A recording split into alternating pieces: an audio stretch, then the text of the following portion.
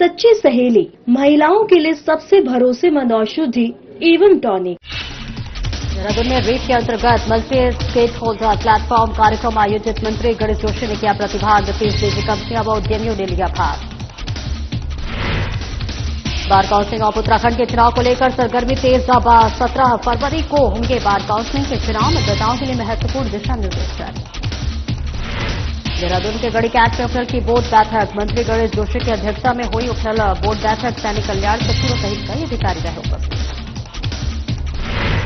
नशे महंत देवेंद्र दास का 26वां प्रकाशोत्सव अत्यंत श्रद्धा भाव के साथ मनाया गया। प्रकाशोत्सव सीएम धामी ने महंत देवेंद्र दास को दी बधाई और शुभकामनाएं। और निःशुल्क स्वास्थ्य परीक्षण शिविर आयोजित। देवेंद्र दास के जन्मदिवस के अवसर पर शिविर आयोजित। 5,304 मरीजों ने स्वास्थ्य परीक्षण शिविर उठाया लाभ। नमस्कार, बहुत बहुत स्वागत है आपका। मैं हूं आपके साथ सपना दीपक मदेशा। बुलेटिन का आगाज करेंगे उत्तराखंड ग्राम्य विकास समिति के अंतर्गत रूरल एंटरप्राइजेज एक्सेलरेशन प्रोजेक्ट द्वारा देहरादून में आयोजित 2 दिवसीय राज्य स्तरीय मल्टी स्टेट होल्डर्स प्लेटफॉर्म कार्यक्रम के ग्राम्य विकास मंत्री गणेश जोशी ने बतौर मुख्य अतिथि प्रतिभाग किया। कार्यकर्ताओं के दौरान ग्राम्य विकास मंत्री गणेश जोशी ने प्रदेश के विभिन्न जनपदों से आए उत्तराखंड के विशेष और पारंपरिक उत्पादों की प्रदर्शनी का अवलोकन किया। साथ ही उत्कृष्ट कार्य करने वाले क्लस्टर लेवल फेडरेशन समूहों को प्रमाण पत्र और स्मृति चिन्ह प्रदान कर सम्मानित किया। इस अवसर पर ग्राम्य विकास मंत्री गणेश जोशी ने कहा कि राज्य स्तरीय एसएसपी जैसे आयोजन उत्तराखंड में ग्रामीण उद्यम पारिस्थितिकी तंत्र को सशक्त बनाने, सामुदायिक उद्यमों को बाजार में बेहतर पहचान दिलाने तथा सार्वजनिक निजी सामुदायिक साझेदारी को दीर्घकालिक रूप से बढ़ावा देने में महत्वपूर्ण भूमिका निभाएंगे। कहा कि स्वयं सहायता समूहों और सीएलएफ के माध्यम से महिलाएं तेजी से आत्मनिर्भर बन रही हैं और लखपति दीदी अभियान अपने निर्धारित लक्ष्य से आगे बढ़ रहा है। कार्यक्रम में लगभग 30 निजी क्षेत्र की कंपनियों एवं उद्यमियों ने भाग लिया है। इस दौरान परियोजना स्तर, जिला स्तर और सीएलएफ स्तर पर निजी क्षेत्र के भागीदारों के साथ 60 से अधिक लेटर ऑफ इंटेंट पर हस्ताक्षर किए गए।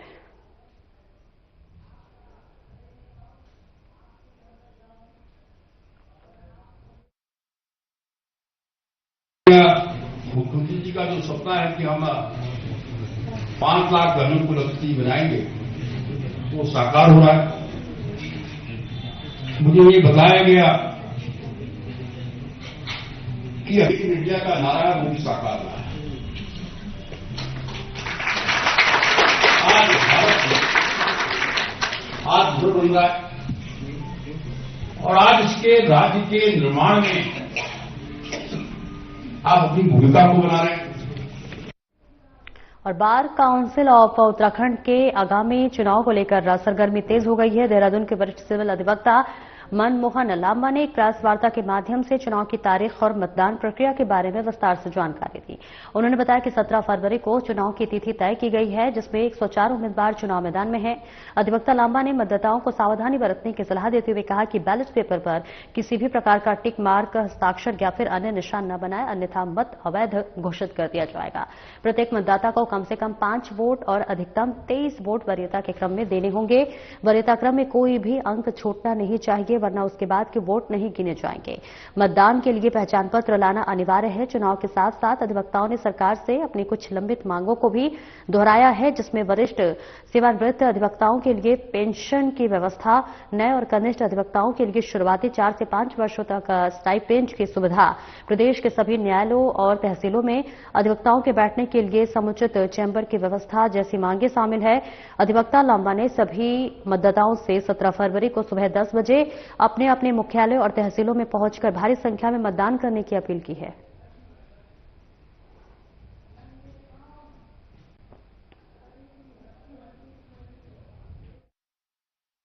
चार प्रत्याशी जो हैं वो भाग ले रहे हैं इस चुनाव में, और ये चुनाव प्रेफरेंशियल वोटिंग का होता है।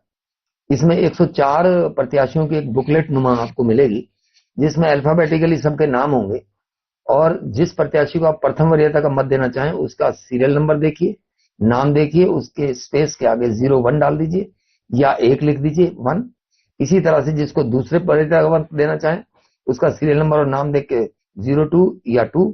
इसी तरह से आप 5 वोट मिनिमम देंगे और मैक्सिमम 23 वोट देंगे। और देहरादून के गढ़ी कैंट स्थित उपनल मुख्यालय में सैनिक कल्याण मंत्री गणेश जोशी की अध्यक्षता में उपनल की बोर्ड बैठक हुई। बैठक में कई अहम मुद्दों पर चर्चा हुई, जिसमें प्रमुख तौर पर प्रदेश सरकार द्वारा मंत्रिमंडल की बैठक में पारित उपनल ओवरसीज रिक्रूटमेंट एजेंसी के गठन संबंधी प्रस्ताव पर यथाशीघ्र कार्रवाई के लिए निर्देश दिए हैं। बोर्ड बैठक में सैनिक कल्याण सचिव दीपेंद्र चौधरी सहित अन्य अधिकारी उपस्थित रहे।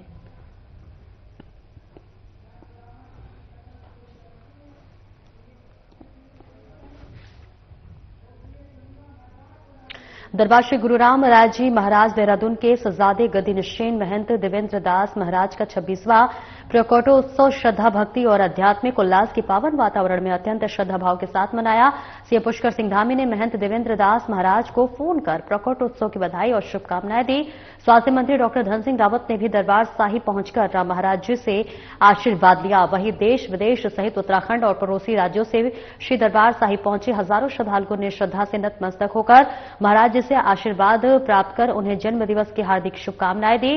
इस शुभ अवसर पर भी श्री दरबार साहिब में विशेष पूजा अर्चना और आयोजित की गई और इसके साथ ही श्रद्धालुओं के मध्य प्रेम सेवा और समर्पण भाव से प्रसाद वितरण किया। गौरतलब है कि 10 फरवरी को ब्रह्मलीन महंत इंद्रेश चरणदास महाराज ने महंत देवेंद्र दास महाराज को अपना शिष्य स्वीकार किया था। उन्होंने गुरु के सानिध्य में दीक्षा की थी और ये दिन गुरु शिष्य परंपरा की दिव्यता और आशीष का सजीव प्रतीक है। तभी से 10 फरवरी को महंत देवेंद्र दास महाराज के जन्म दिवस के रूप में भक्तिभाव से मनाया जाता है। महंत देवेंद्र दास महाराज ने करुणा और विनम्रता के भाव के साथ भी गुरु राम राय जी की महाराज का विशेष सिमरन करते हुए कहा कि उन्हें हमेशा ही श्री गुरु महाराज जी ने सूक्ष्म उपस्थिति में मंत्रणा दी है। उन्होंने संगतों को गुरु महिमा से भी आत्मसात करवाया है और आध्यात्मिक चेतना का संदेश दिया है।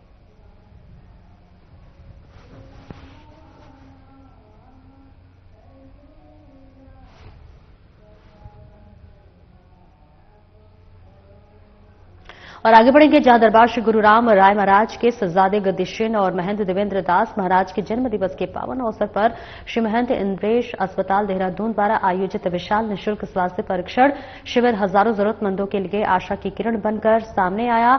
इस सेवा दिवस पर 5,304 मरीजों ने सामान्य और सुपर स्पेशलिटी स्वास्थ्य सेवाओं का निःशुल्क लाभ उठाया। शिविर में उत्तराखंड सहित सहारनपुर, बिजनौर, धामपुर, पोंटा साहिब जैसे दूरस्थ क्षेत्रों से भी बड़ी संख्या में गरीब व असहाय मरीज पहुंचे। श्री महंत इंद्रेश अस्पताल का निःशुल्क स्वास्थ्य शिविर ने गरीबों के लिए संजीवनी का काम किया। शिविर के अंतर्गत MRI, CT scan, ultrasound, x-ray और सभी प्रकार की लैब जांचें पूरी तरह से निःशुल्क है। ऐसे में आपको बता दें कि विशेष बात यह रही कि 2000 से अधिक मरीजों ने महंगी जांच सुविधाओं का लाभ बिना किसी शुल्क के प्राप्त किया, जो आमतौर पर गरीब परिवारों की पहुंच से बाहर होती है। चिकित्सकों से परामर्श के पश्चात मरीजों को 3 दिनों की दवाइयां भी निःशुल्क वितरित की गई, जिससे कि आर्थिक रूप से कमजोर वर्ग को बड़ी राहत मिली। अस्पताल के चिकित्सा अधीक्षक डॉक्टर गौरव रतूड़ी ने बताया कि हर वर्ष की तरह इस वर्ष भी 10 फरवरी को सेवा दिवस के रूप में श्रद्धा, सेवा और समर्पण भाव के साथ मनाया गया। सुबह 8 बजे से पंजीकरण शुरू हुआ और 9 बजे से ही भारी संख्या में अस्पताल पहुंचने शुरू हो गए थे।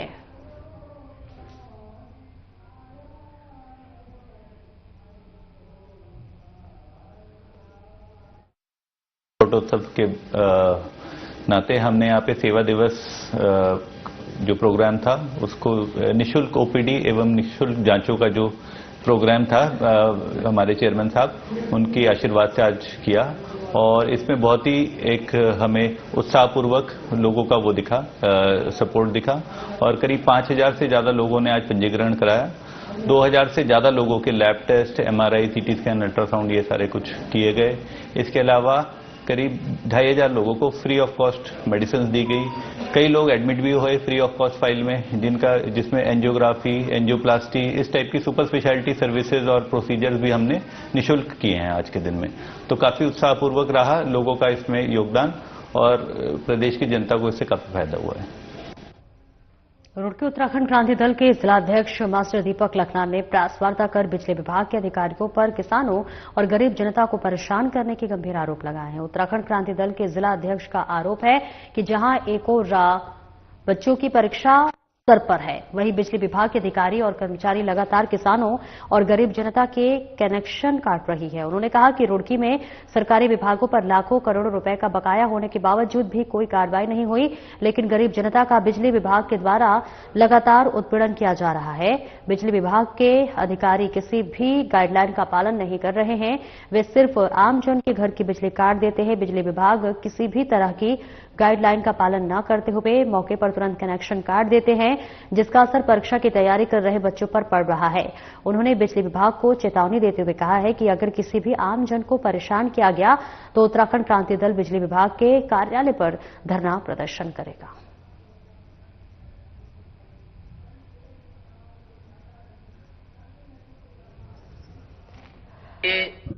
सरकार द्वारा एक किस्म से दलाल कमीशन खोर छोड़ रखे हैं। ये कर्मचारी नहीं है। अगर ये कर्मचारी होते तो ये भी इंसान होने चाहिए थे। सरकार ने इन्हें दलाल के तौर पर ऐसे छोड़ रखा है कि इन्हें शायद तनख्वाही इसी बात के पे दी जाती है कि जो वसूली करके लाएंगे उसमें से ही इनकी तनख्वाहें बनेंगी। सरकार का आम जनता को लूटना एक जो है वो व्यापार बन गया है। सरकार हर तरीके से आम जनता को लूट रही है, कसोट रही है। किसी भी तरीके से लोगों का ध्यान भटकाया जा रहा है, चाहे महंगाई के माध्यम से भटकाया जा रहा है, किसी का ध्यान इस तरीके से बिजली के बिलों के माध्यम से भटकाया जा रहा है। एक इसमें होता है एडिशनल सिक्योरिटी डिपॉजिट। लोगों से हर महीने हजारों रुपए, सैकड़ों रुपए की तादाद में बिल के साथ में जुड़ करके बिल आता है। आगे बढ़ेंगे। तीर्थनगरी के रिहायशी इलाकों में जंगली हाथियों की दस्तक अब आम बात हो गई है, लेकिन इन विशालकाय जीवों के साथ जानलेवा मजाक की एक घटना ने वन विभाग और स्थानीय प्रशासन की नींद उड़ा दी है। दरअसल कनखल के जगजीतपुर क्षेत्र से एक वीडियो सोशल मीडिया पर तेजी से वायरल हो रही है, जिसमें एक युवक अपनी स्कूटी से शांत स्वभाव से जा रहे हाथी को जानबूझकर पीछे से टक्कर मारने जैसी हरकत करता नजर आ रहा है। वीडियो में साफ देखा जा सकता है कि एक जंगली हाथी सड़क किनारे से शांतिपूर्वक गुजर रहा था। तभी एक स्कूटी सवार युवक पीछे से आता है और हाथी के बेहद करीब जाकर उसे स्कूटी से छूने या फिर टक्कर मारने का प्रयास करता है। युवक की इस उकसावे वाली हरकत से शांत हाथी अचानक भड़क गया।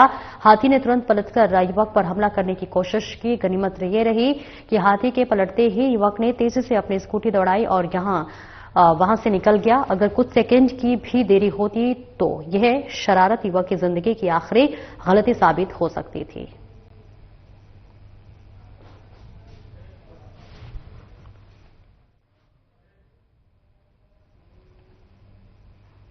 और एक ब्रेक के लिए रुकेंगे, जल्द लौटते हैं।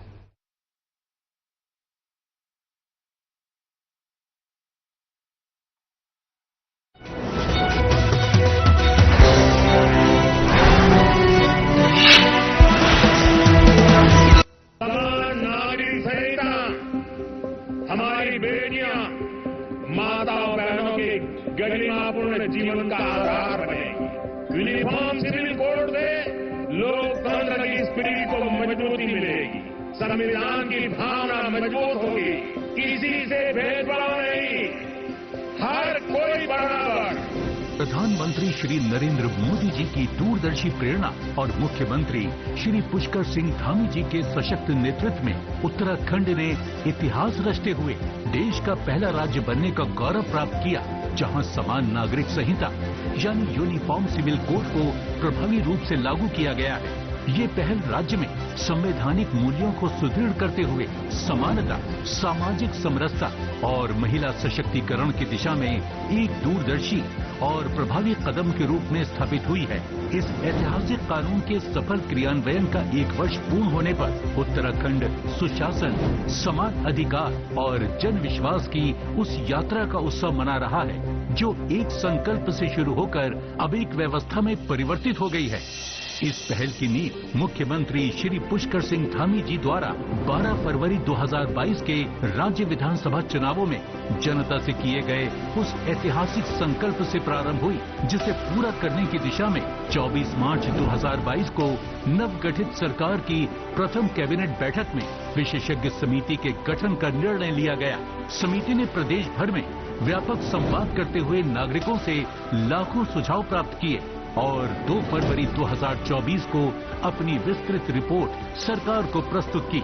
इसके आधार पर 12 मार्च 2024 को यूसीसी उत्तराखंड अधिनियम 2024 को विधिक स्वीकृति प्रदान की गई और 27 जनवरी 2025 को नियमावली के प्रभावी होने के साथ ये कानून प्रशासनिक और डिजिटल दोनों स्तरों पर पूर्णतः लागू हुआ। इस अधिनियम के अंतर्गत विवाह, वसीयत, तलाक, लिव इन रिलेशनशिप तथा विधिक उत्तराधिकारी घोषणाओं से संबंधित प्रावधानों में सभी नागरिकों के लिए समान और न्याय संगत व्यवस्था सुनिश्चित की गई है। साथ ही महिलाओं के अधिकारों और वरिष्ठ नागरिकों के हितों के संरक्षण पर विशेष ध्यान दिया गया है, जिससे इसकी सार्वभौमिक स्वीकार्यता, प्रशासनिक दक्षता और जन विश्वास को नई मजबूती मिली है। कानून के सफल क्रियान्वयन हेतु 10 दिनों से भी कम समय में 8,500 से अधिक अधिकारियों तथा 7,500 से अधिक कॉमन सर्विस सेंटर संचालकों को प्रशिक्षित किया गया है। इसके साथ ही सहायता एवं तकनीकी परामर्श के लिए राज्यव्यापी मॉक ड्रिल का सफल आयोजन किया गया। इसके परिणाम स्वरूप 1 वर्ष में राज्य पोर्टल पर लगभग 5 लाख आवेदन प्राप्त हुए, जिनमें से 96% का औसतन 5 दिनों से भी कम समय में निस्तारण हुआ। पंजीकरण की गति में उल्लेखनीय वृद्धि हुई है, जहां प्रतिदिन औसतन 1400 से अधिक पंजीकरण दर्ज किए जा रहे हैं। संवेदनशील एवं उत्तरदायी शासन का परिचय देते हुए सरकार ने जनता की आवश्यकताओं के अनुरूप नियमों में समय समय पर आवश्यक संशोधन भी किए, जिससे यूसीसी कानून को और अधिक समावेशी, व्यवहारिक तथा जनहितकारी स्वरूप प्रदान किया जा सके। विकसित भारत 2047 के विजन के अनुरूप विकसित उत्तराखंड की दिशा में समान नागरिक संहिता एक महत्वपूर्ण पहल है, जो समानता और न्याय को प्रशासनिक प्रक्रियाओं में व्यवस्थित रूप से समाहित कर रही है। समान नागरिक संहिता, समानता द्वारा समरसता।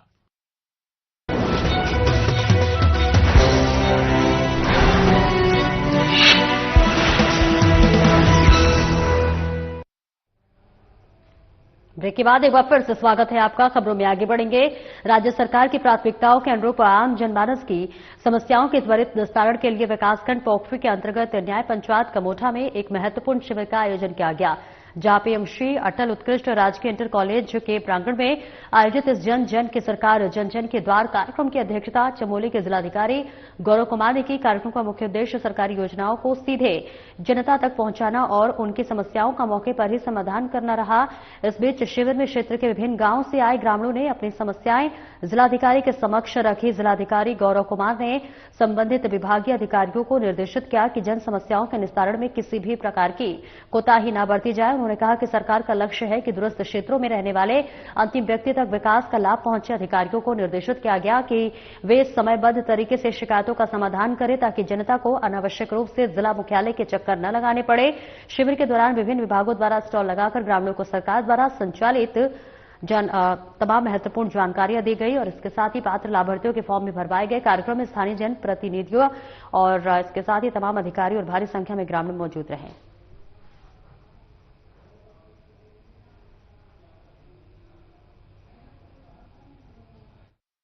न्याय पंचायत जो पिछली बार वर्षा के कारण यहाँ कैंप नहीं लग पाया था, तो आज कैंप का आयोजन किया गया है। लोगों के द्वारा काफी उत्साह के साथ इसमें भाग लिया गया है। लगभग 60 शिकायतें प्राप्त हुई हैं। इसमें से लगभग आधी शिकायतों का 20, 25, 30 शिकायतों का निस्तारण कर दिया गया है। कुछ कार्य ऐसे हैं जिनमें फील्ड पर जाकर सर्वे किया जाना है, अलाइनमेंट देखे जाने हैं। उसके लिए संबंधित विभागों को टाइमलाइन दे दी गई है कि निश्चित समय सीमा के भीतर वो अपने सर्वे। और उत्तरकाशी के जिलाधिकारी प्रशांत आर्य इन दिनों आगामी चारधाम यात्रा की तैयारियों को लेकर पूरी तरह एक्शन मोड में नजर आ रहे हैं। यात्रा मार्ग पर श्रद्धालुओं को बेहतर सुविधाएं देने और व्यवस्थाओं का चाक चौबंद करने के लिए उन्होंने खुद मोर्चा संभाल लिया है। जिलाधिकारी ने यमुना घाटी का सघन दौरा किया। यात्रा के दौरान सुगम आवागमन सुनिश्चित करने के लिए नेशनल हाईवे की स्थिति और वहां चल रहे सुधार कार्यों को देखा गया। डामटा पुलिस चौकी सहित विभिन्न सुरक्षा चेक पोस्टों का जायजा लिया, ताकि यात्रा के दौरान सुरक्षा और यातायात प्रबंधन में कोई भी कमी न रहे। तहसील क्षेत्रों और विकास खंडों के कार्यालयों का निरीक्षण कर अधिकारियों को समय पर कार्य पूर्ण करने के निर्देश दिए गए। जहां निरीक्षण के दौरान जिलाधिकारी ने स्पष्ट किया है कि चारधाम यात्रा के दौरान किसी भी प्रकार की लापरवाही बर्दाश्त नहीं की जाएगी। इसके साथ ही उन्होंने विकास कार्यों को गुणवत्ता के साथ समय पर पूरा करने और स्थानीय स्तर पर जनता व छात्रों को दी जा रही सुविधाओं में पारदर्शिता बरतने के निर्देश दिए।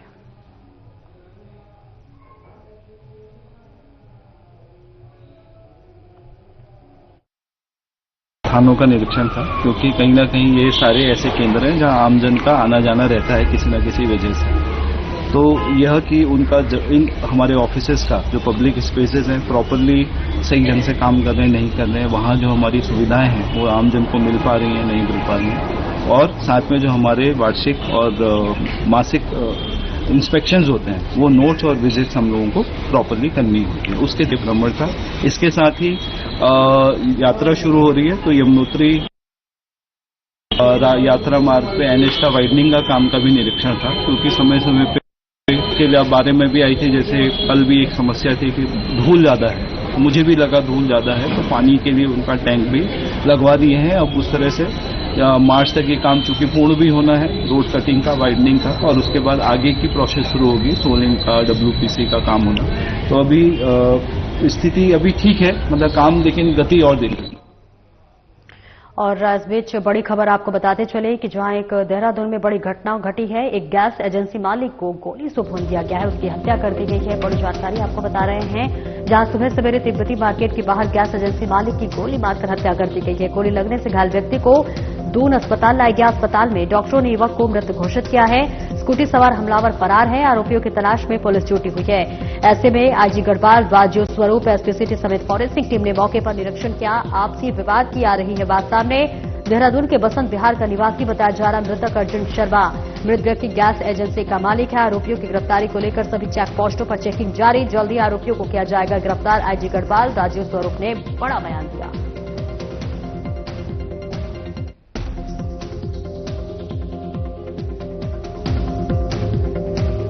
घटना लगभग 10:30 बजे की घटना है कि एक व्यक्ति अर्जुन शर्मा नामक एक व्यक्ति थे, जिनको यहाँ पर अज्ञात हमलावरों ने उन पे हमला किया और उनको गोली लगी। इनको दून अस्पताल में ले जाया गया, जहाँ पर डॉक्टरों ने उन्हें मृत घोषित किया है। यहाँ पे कंसर्निंग यहाँ के जनपद प्रभारी SSP ने यहाँ पे विजिट किया है और हमारी FSL की टीम भी यहाँ पे विजिट करके चली गई है। हमने जितने भी एविडेंसेस हैं उसको हमने पिकअप कर लिया है और निश्चित तौर पे बहुत जल्दी हम इस घटना का हम खुलासा करेंगे और जो भी इसमें जिम्मेदार व्यक्ति या कोई हमलावर हैं उनको उनके खिलाफ हम सख्त कानूनी कार्रवाई करके उनको जेल भेजेंगे और जो न्यायिक प्रक्रिया है उसका हम पालन करेंगे। निश्चित तौर पे यहाँ पे जितने भी हमारे जनपद प्रभारी हैं, इन पर्टिकुलरली जो हमारे मैदानी क्षेत्र के जनपद प्रभारी भी हैं, जहाँ पे ऐसी घटनाएं विगत कुछ दिनों में बढ़ी हैं, उनको निर्देशित किया गया है कि यहाँ पे हम अपनी पुलिस प्रेजेंस को बढ़ाएं। चेकिंग्स जो है उसको हम दिन रात की चेकिंग इसमें हम करें और यहाँ पे जो भी कंसर्निंग जो क्षेत्राधिकारी जो CO और डिप्टी SP लेवल के लोग हैं उनके निर्देशन में उनको निर्देशित किया गया है कि इसको प्रॉपर इसको चेकिंग करें और हमारी पुलिस प्रेजेंस को इफेक्टिवली यहाँ पे बनाएं ताकि जो एक और आगे बढ़ेंगे जहां 16 फरवरी को कांग्रेस का लोक भवन घेराव है, जिसमें पूरे प्रदेश से तमाम कांग्रेस कार्यकर्ता शामिल होंगे। जी हां, आपको बता दें कार्यक्रम संयोजक प्रीतम सिंह ने इस बात की जानकारी दी है। घेराव को लेकर लगातार आपको बता दें कार्यकर्ताओं के साथ कर रहा हूं संवाद। उन्होंने कहा लोक भवन घेराव में जनता सरकार को देगी करारा जवाब। पूरे प्रदेश में हजारों की संख्या में कार्यकर्ता होंगे शामिल। घेराव होगा ऐतिहासिक। घेराव के माध्यम से भाजपा सरकार को जगाने का करेंगे कार्य। जनता बीजेपी सरकार से त्रस्त सरकार हर मोर्चे पर पूरी तरह विफल सरकार की जन विरोधी नीतियां, भ्रष्टाचार और असंवेदनशीलता के खिलाफ निर्णायक आवाज करेंगे बुलंद।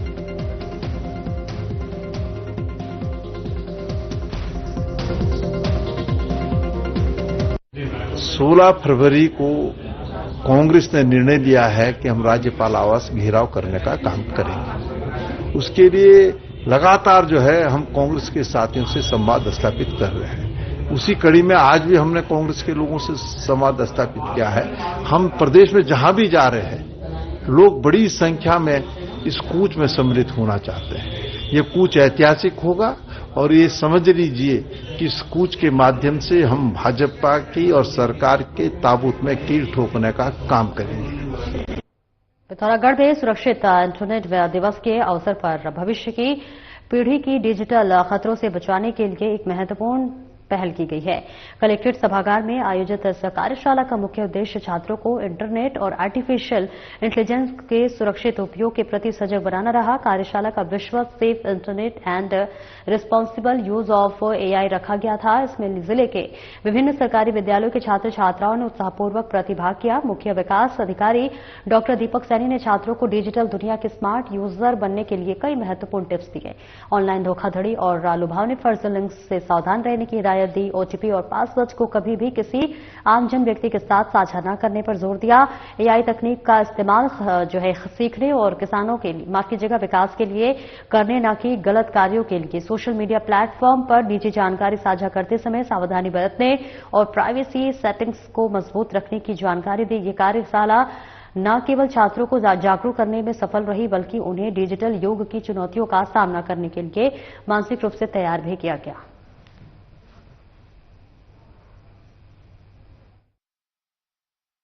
सरकारी विभागों के अधिकारी कर्मचारियों के साथ साथ ही जो सरकारी स्कूल हैं हमारे, उनके बच्चों को भी आज बुलाया गया है और उनको बहुत महत्वपूर्ण टिप्स इसमें दिए जा रहे हैं ताकि साइबर सिक्योरिटी को कैसे मेंटेन करना है, अपने परिवारजनों को, अपने सगे संबंधियों को और समाज में अन्य लोगों को भी जागरूक कर सके वो।